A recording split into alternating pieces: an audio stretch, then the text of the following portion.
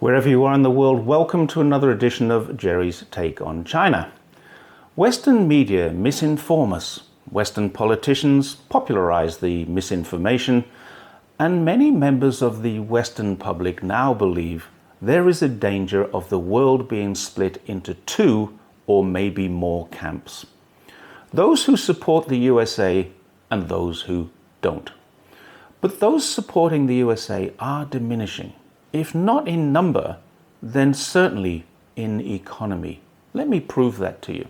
The UK hasn't experienced any real growth for a few years and is on target for recession. In Asia, Japan was in recession but weakly recovered this year, and South Korea also crept out of recession but is hovering on falling back, like Japan is, with US sanctions on China hurting them more than most. Germany, France and the Eurozone in general all experienced recession, and even the USA itself fell into one, but then redefined the word to prove they hadn't. Australia bucks the trend. It's a friend of the USA and it retains a growing economy. But the only reason for this is they trade so much with China.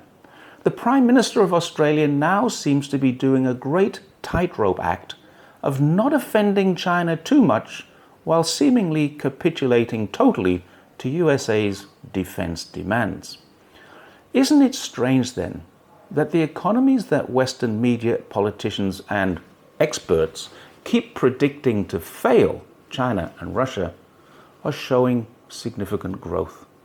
India is also showing growth, but that's a different story for a different article.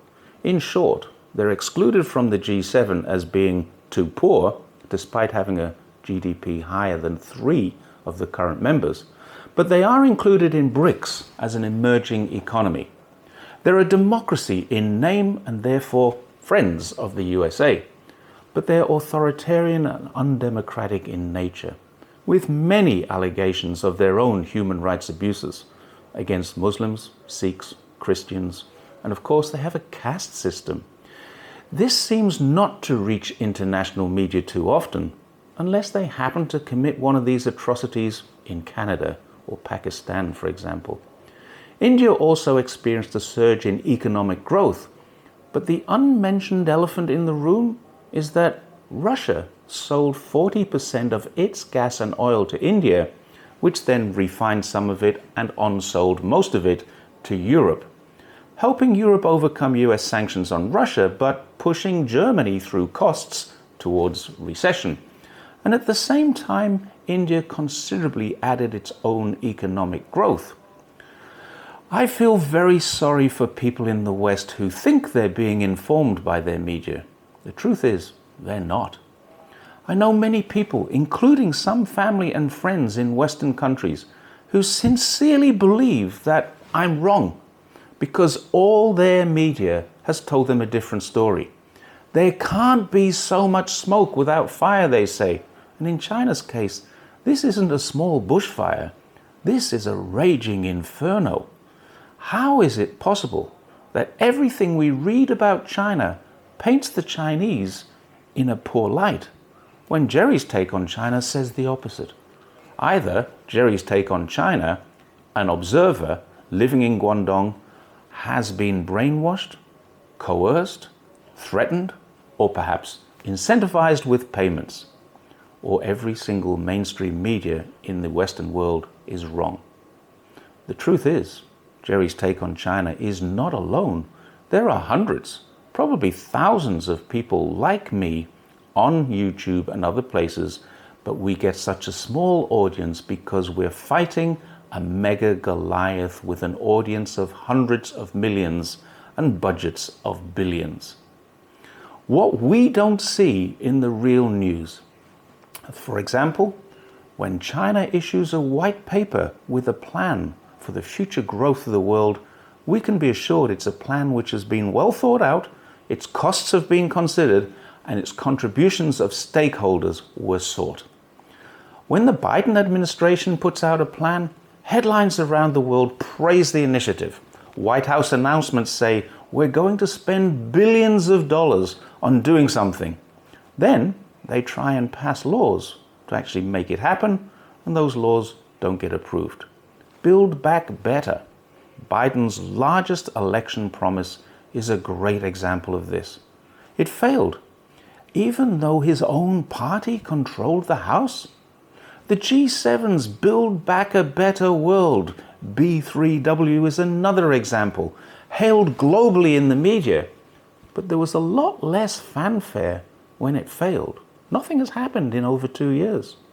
Reasonable people, even those who've been misled into hating China, and there are currently many of those, will look at China's white paper and say, I can't see anything wrong with this, except perhaps that it came from China. This is how it should be going forward. But what's more important is that this white paper aims to be globally beneficial. As China grows, so will the globe. And this plan is something that even the West's international community can jump in on and benefit from. There are no exclusions. There are only caveats that bloc politics, alliances, and Cold War mentality won't work within the scope of it. Although, with true Chinese humility, not one of the members of the blocs, alliances, or countries with a Cold War mentality gets named. For over 400 years of Western domination, we've heard much about mutual benefit and shared values, while most of Africa, South America, and much of Asia still remains in poverty.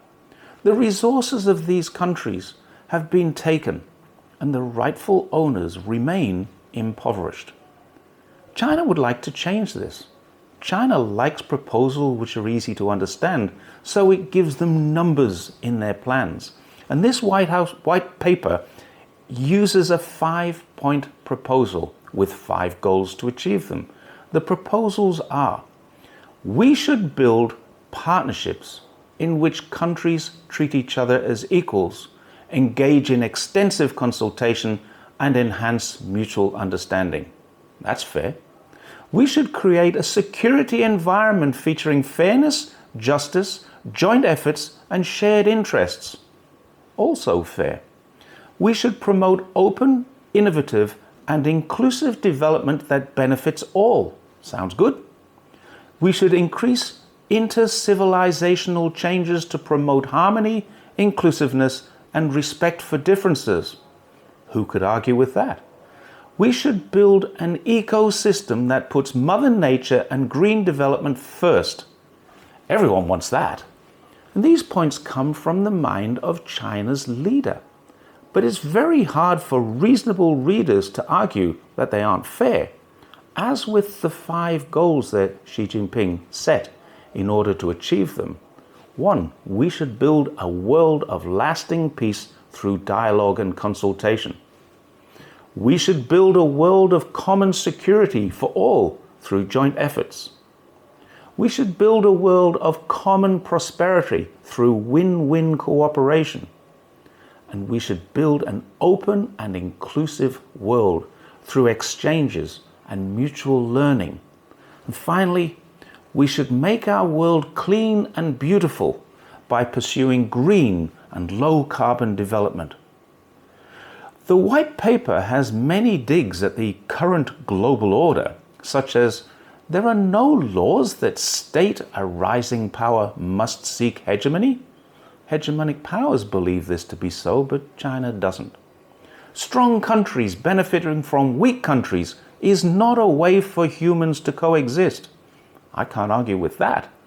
Zero-sum games are doomed to fail. That's true too. There are many more. We in the developed world are privileged. We can choose to be hawks or doves in comfort. But no human can or should choose a path which allows further poverty, deprivations, hunger, or unnecessary deaths in countries that are less lucky than ours. And that's what this white paper calls for, a global community of a shared future. It uses the modernization of China as an example of how that can be achieved through peace, amity, and harmony. And if we're honest, mutually beneficial growth through peace amity, and harmony must be worth a try. After 400 years of slavery, exploitation, genocide, and conquest, mustn't it? Thanks once again for watching my take on China, and I hope you all enjoyed this enough to like and share it. China is trying to do the right thing here. The world needs to see that instead of seeing the opposite, which media is promoting. And I'll see you next time. Bye for now.